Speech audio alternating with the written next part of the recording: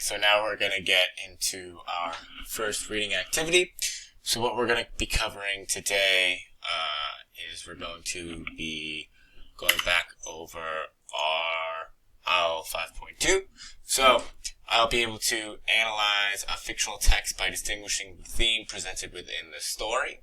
So we're going to be going back to the theme, and for right now I want you guys to kind of take a few seconds to think back and recall all of your information on what exactly is theme and what you think, how you find a theme, and more so about what it's about. Take a few seconds and think about that right now. So, theme is the moral, the message, or the lesson that the author wants you to learn from the story. This can be seen in multiple different ways. Typically, the first story that comes to mind is if you, with moral as a fable. So fables, are really focused on what exactly is to teach you a lesson within it. So that's really one that really sticks out. So it's the heart of the story. So, but every story has a theme.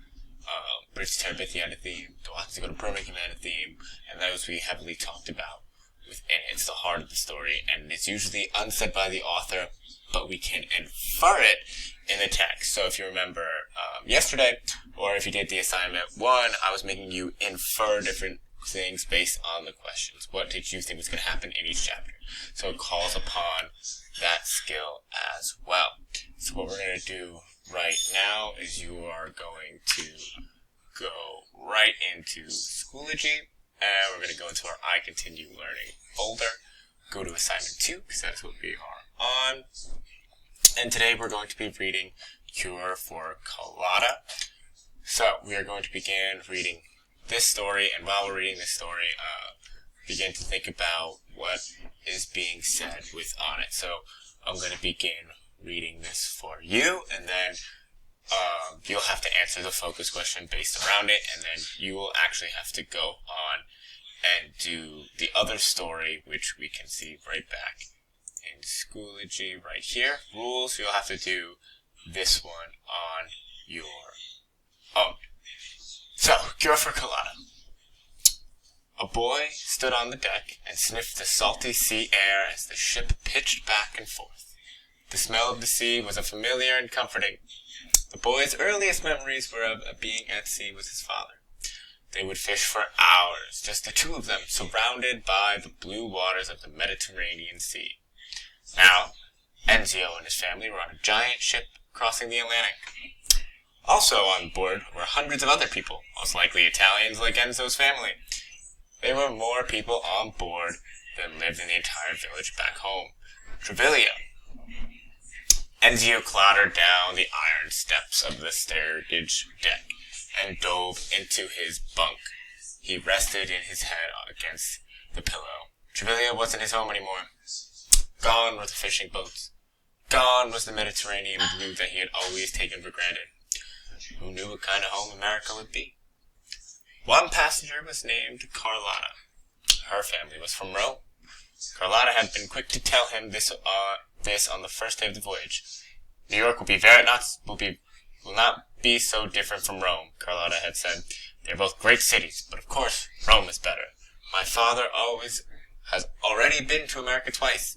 He's going to open a big department store downtown. My father had a successful business in Rome. All the wealthy ladies would buy from him. Carlotta loved to talk about herself, her family, and the rich and powerful people they knew. So many hours to fill, Enzio didn't mind. He noticed, but didn't really mind that much. She never asked about him or his family, and Enzio was especially hungry for details of America.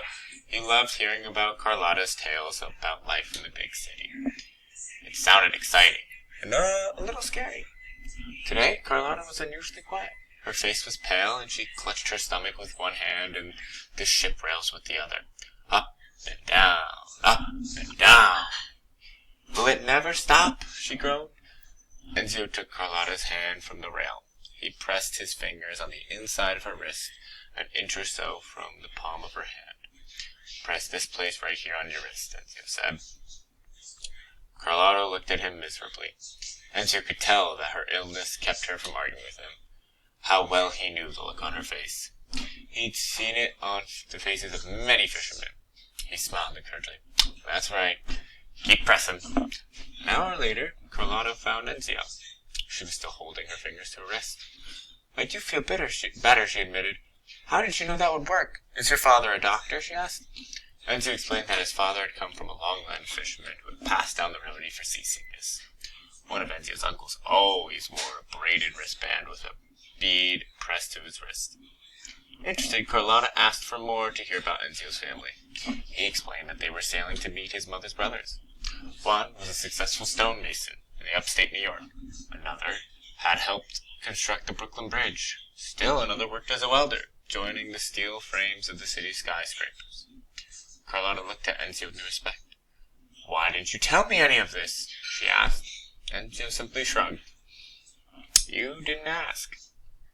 Suddenly, the blast of the ship's horn startled them, looking out the porthole. Carlotta shouted, Look! That's the Statue of Liberty! They could hear the commotion of all the passengers talking at once. Soon, the ship would dock at Ellis Island. Gazing out the mighty but silent statue, Enzio wondered what marvelous things the statue might teach if only someone asked the right question. So now what you are going to do is you are going to go through and read through each question and then do what it asks. So for question 1, the passage states, he noticed but didn't really mind that she never asked about him or his family. So now, because you can't circle the answers, you are going to highlight which answer you would like. So, which text will detail best shows why Carlotta never asked about Enzio's family? If you think that it's one of the pastors was named a girl Carlotta, her family was from Rome, Carlotta had been on a quick voyage, then you would simply go and you would highlight that like so. So, boom. This way I can tell which one it is.